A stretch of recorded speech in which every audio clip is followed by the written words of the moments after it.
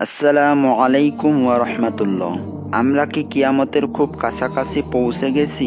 আল্লাহ সুবহানাহু ওয়া তাআলা কোরআনে বারবার কিয়ামতের আলোচনা করেছেন, মানবজাতিকে সতর্ক করার জন্য। কিয়ামত এমন এক সময় যা নিশ্চিতভাবে ঘটবে, তবে কখন হবে তা একমাত্র আল্লাহই জানেন। পবিত্র কোরআনে বলা হয়েছে, কিয়ামতের জ্ঞান কেবল আল্লাহর কাছেই আছে। কোনো নারীর গর্ভধারণ বা প্রসব সবই তার জ্ঞানের আওতায়।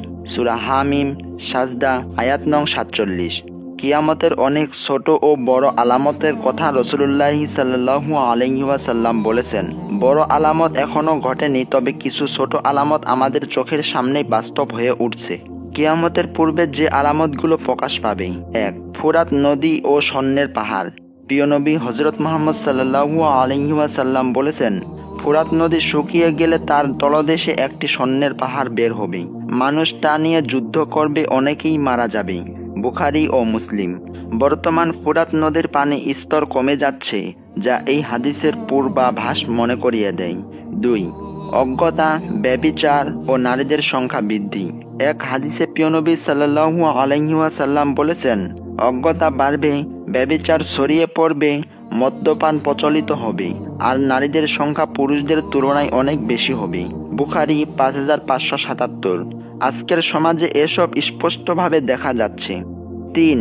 আরব ভূমিতে সবুজ ও তৃণভূমি ও নদী। প্রিয় নবী সাল্লাল্লাহু আলাইহি ওয়াসাল্লাম বলেছেন, আরব ভূমি আবার সবুজ হয়ে যাবে, সেখানে নদী ও তৃণভূমি দেখা যাবে। মুসলিম। সৌদি আরবে বর্তমান কিছু অঞ্চলে সবুজ প্রকৃতি দেখা যাচ্ছে, যা অতীতে বিরল ছিল। ৪.